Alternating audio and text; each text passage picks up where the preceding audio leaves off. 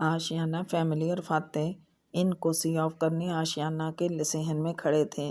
اتنے دن یوں لگ رہا تھا کہ وہ ہوٹل میں نہیں بلکہ کسی کے گھر میں ٹھہرے ہوئے ہوں۔ اب ایک ایک کو خدا حافظ کرنا، مسز سونا اور پنار کے گلے لگ کر دوبارہ آنے کا بے یقین کھوکھلا وعدہ کرنا سب بہت اداس کر دینے والا تھا۔ اس کی آنکھیں بار بار بھر آ رہی تھیں۔ ترکی میں اگر اس نے بہت کچھ کھویا تھا تو بہت کچھ پایا بھی تھا۔ کبھی جب وہ 102 ضیاء کا حساب کرنے بیٹھے گی تو پانے والا پلڑا شاید بھاری نکلے۔ پنار کی رانی بلی گارفلیڈ اس کے بازوؤں میں تھی۔ حیا سے مل کر وہ پنجوں کے بل نیچے بیٹھی اور بہارے سے گلے ملی تو دونوں کے درمیان نرم بلی کسمسائی۔ جب کبھی میری بلی بچے دے گی تو میں ایک تمہارے لیے بھی رکھوں گی چھوٹی بلی۔ بہارے نے کچھ کہا نہیں، بس اداسی سے نفی میں سر ہلا دیا۔ مسز سونا گیٹ تک فکر و اپنائی سے پوچھتی رہی تھی۔ کیمرے، موبائل، چارجرز سب رکھ لیا تھا؟ راستے کے لیے پانی رکھا ہے؟ کچھ کھانے کو چاہیے؟ ترک بہت ہی پیاری قوم تھی۔ باہر نکل کر بہارے نے پوچھا، کیا پنار کی بلی کی بھی سرما میں منگنی ہو جائے گی؟ ہوں، وہ تو یوں ہی کہہ رہی تھی۔ اس نے ہولے سے اس کے سر پہ چیت لگائی، پھر پلٹ کر دیکھا، وہ سب انہیں ہاتھ ہلا رہے تھے۔ حیا نے بھی مسکراتے ہوئے ہاتھ ہلایا۔ وہ ان لوگوں کی مہمان نوازی کا بدلہ کبھی بھی نہیں چکا سکتی تھی، البتہ وہ اتنا ضرور کر سکتی تھی کہ اب جب بھی وہ اپنے ملک اور اپنی یونیورسٹی میں کسی ترک بلکہ کسی بھی غیر ملکی اسٹوڈنٹ سے ملے گی تو کوشش کرے گی کہ اس کے لیے بھی وہ اتنا ہی وقت نکالے جتنا ان ترکوں نے اس کے لیے نکالا تھا اور جتنا وہ ہر مہمان کے لیے نکالتے تھے، اور کاش وہ یہ کر بھی سکے۔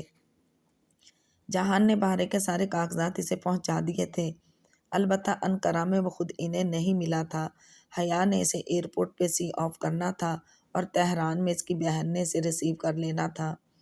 بہارے ایئرپورٹ پہ آخری وقت داخلی احاطے کو دیکھتی رہی تھی، شاید وہ آ جائے۔ وہ نہیں آئے گا بہارے، اس نے کہا تھا کہ وہ نہیں آ سکے گا۔ بہارے کی آنکھیں ڈبڈبا گئیں۔ پس منظر میں اعلان ہونے لگا تھا، اب ان دونوں کا الگ ہونا تھا۔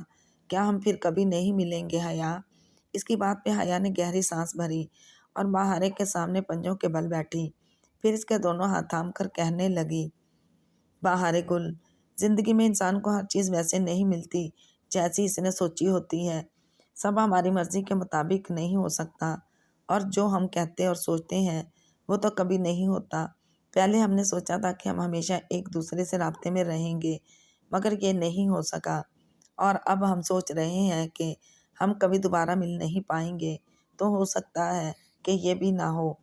اس کے ہاتھوں میں اپنے چھوٹے چھوٹے ہاتھ دیے کھڑی بہارے اس بات پہ چونکی، پھر ایک انوکھی سی چمک اس کے چہرے پہ امڑ آئی۔ ہاں بہارے، ہو سکتا ہے زندگی کے کسی موڑ پہ، کسی شاپنگ مال، کسی ریسٹورنٹ میں، کسی فلائٹ کے دوران ہم کئی سال بعد اچانک سے ایک دوسرے سے ٹکرا جائیں۔ زندگی میں سب کچھ ممکن ہوتا ہے۔ ہاں واقعی، مگر پھر اس کا چہرہ ذرا سا بجھا۔ لیکن میں تمہیں کیسے پہچانوں گی؟ تم تو نقاب کرتی ہو۔ اگر قدرت نے ہمیں کسی ناممکن کنڈیشن میں آمنے سامنے کر دیا تو پہچان بھی وہ کروا دے گی۔ اب کہ بہارے کھل کر مسکرائی۔ بہت دیر بعد اس نے بہارے کے معصوم اداس چہرے پہ وہ مسکراہٹ دیکھی تھی۔ حیا سلیمان، بہارے گل تم سے بہت پیار کرتی ہے۔ اس نے باری باری حیا کے دونوں رخسار نقاب کے اوپر سے چومے اور پھر بہارے گل چلی گئی۔ زندگی کا ایک باب ٹھیک سے بند ہوا۔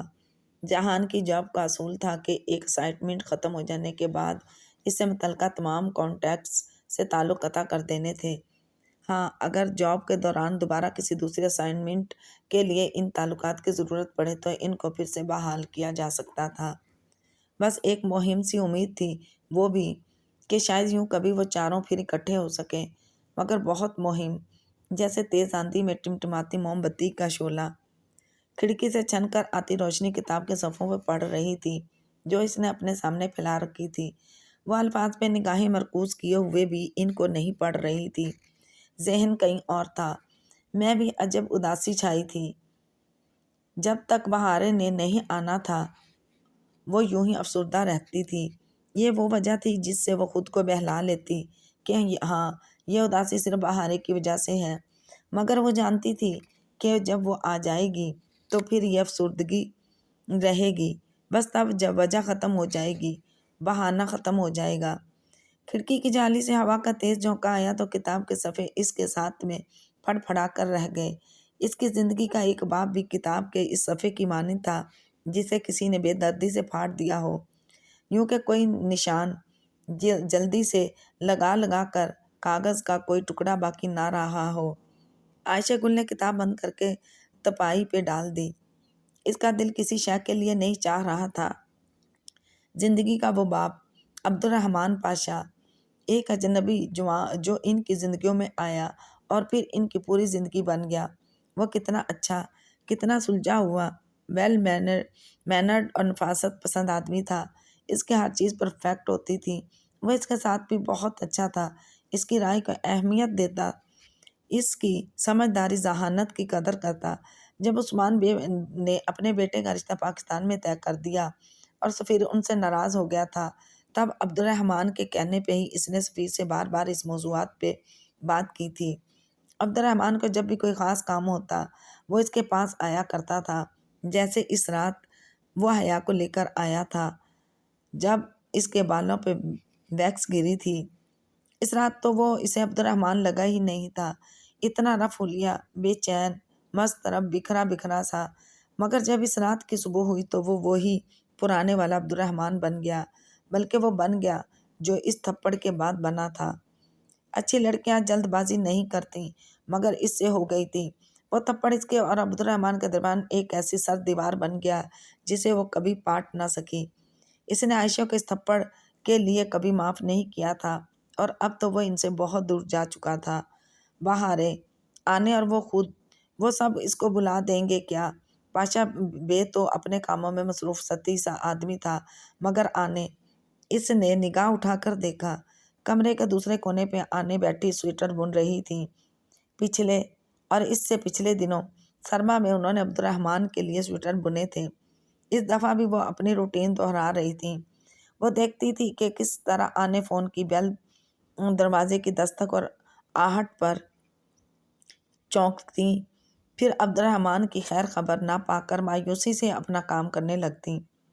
کیا وہ سب ایک نارمل زندگی گزار پائیں گے؟ شاید ہاں، شاید نہیں، مگر ابھی سے کیا کرنا ہے؟ اس نے بلاؤز کی جیب سے تہہ کیا ہوا کاغذ نکالا اور اسے کھولا۔ یہ ترکی کا امانت تھا، کیسے یہ امانت لوٹا دینی چاہیے؟ اس نے گردن پھیر کر کیلنڈر کو دیکھا۔ آج ہفتہ تھا اور یہ معلومات پرسوں یعنی پیر اور منگل کے درمیانی شب کے بارے میں تھیں۔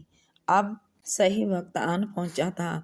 وہ ایک فیصلے پہ پہنچ کر اٹھی اور اپنا پرس اٹھا لیا۔ قریباً آدھ گھنٹے بعد وہ اپنے گھر سے بہت دور ایک بے فون پہ کھڑی کارڈ ڈال کر ایک نمبر ملا رہی تھی۔ دیکھ لو عبد الرحمن، عائشہ گل کیا کر سکتی ہے؟ ریسیور کان سے لگائے اس نے وہ تہہ کیا ہوا کاغذ سامنے کھول کر رکھ لیا، ساتھ ہی کلائی پہ بندی گھڑی دیکھی۔ ان کو اس کی کال ٹریس کرنے میں 90 سیکنڈ لگنے تھے، وہ 80ویں سیکنڈ کال کاٹ دے گی۔ کال ملنے کے 10ویں سیکنڈ میں اس کا رابطہ موجودہ کمانڈر سے ہو گیا۔ میرے پاس آپ کے لیے ایک خبر ہے۔ آپ کوئی ان اور کہاں سے بول رہی ہیں؟ بھاری آواز والے مرد نے کال لمبی کرنے کی کوشش کی تھی۔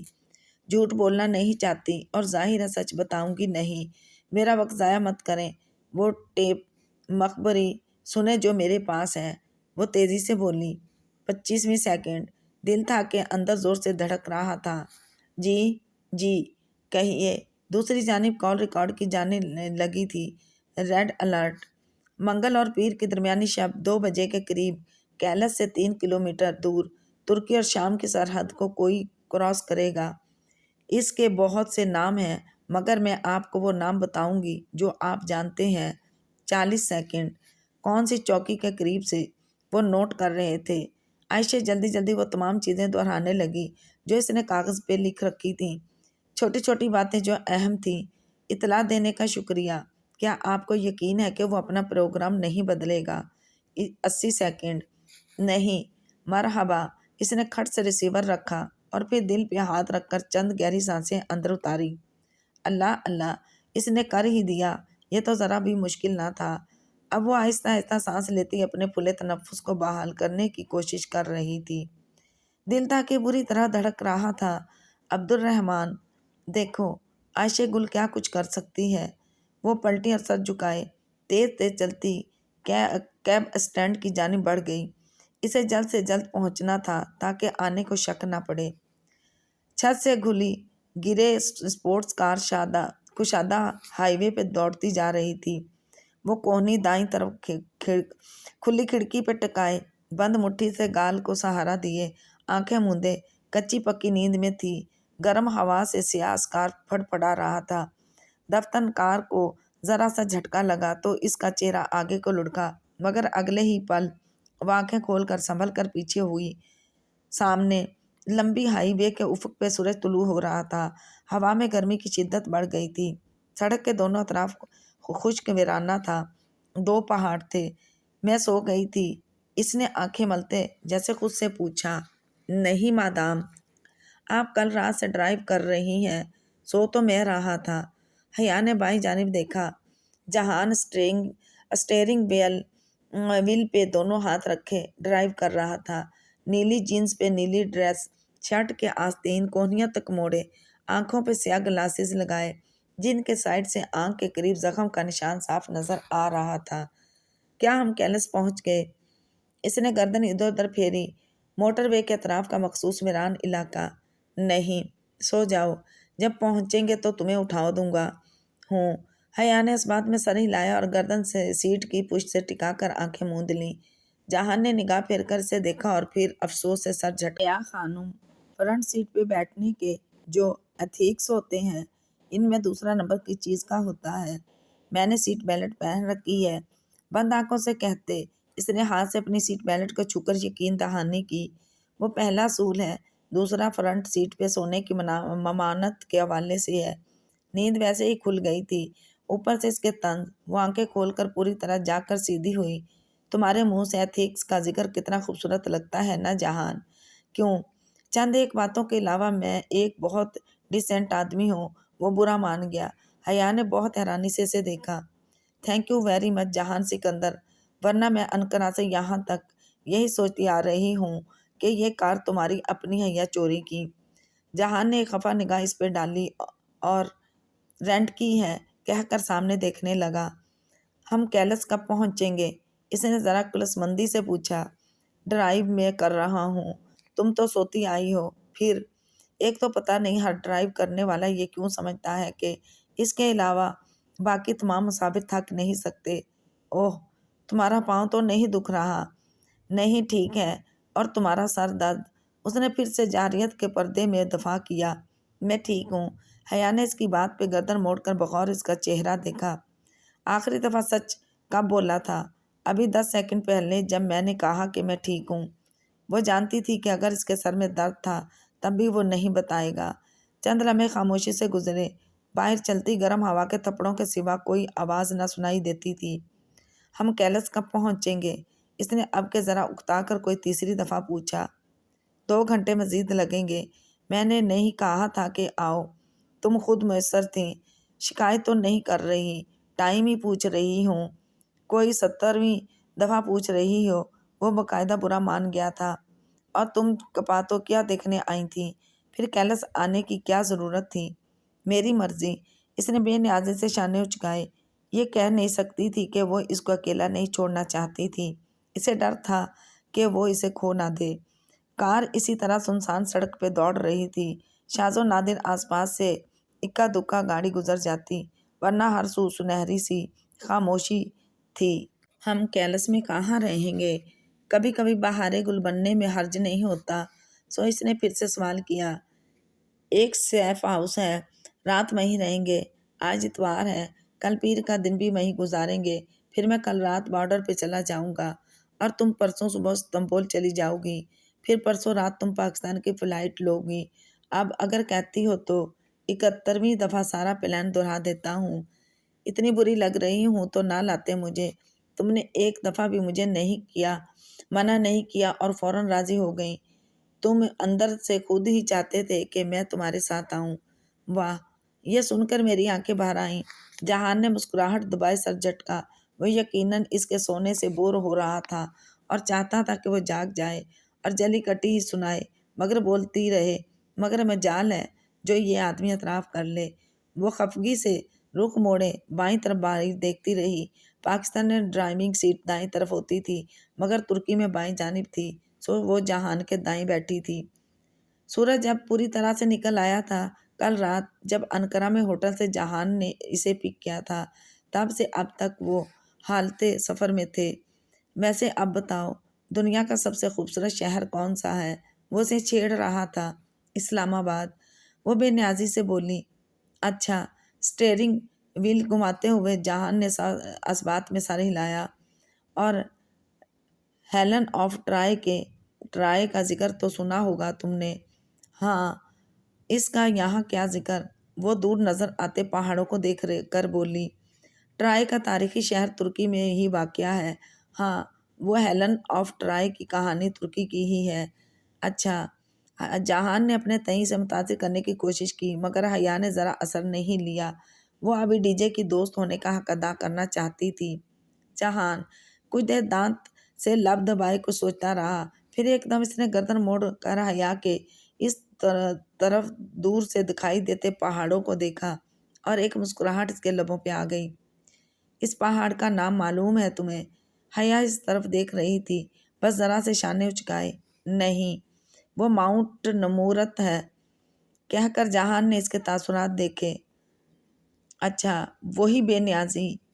نہیں، تم نہیں سمجھی، یہ ماؤنٹ نمورت ہے۔ نمورت کو تو جانتی ہوگی تم۔ کون؟ اس کے لبوں سے پھسلا، پھر یاد آیا ترکوں کے جو نام تے پہ ختم ہوتے تھے وہ ہمارے ہاں دال پہ ختم ہوتے تھے۔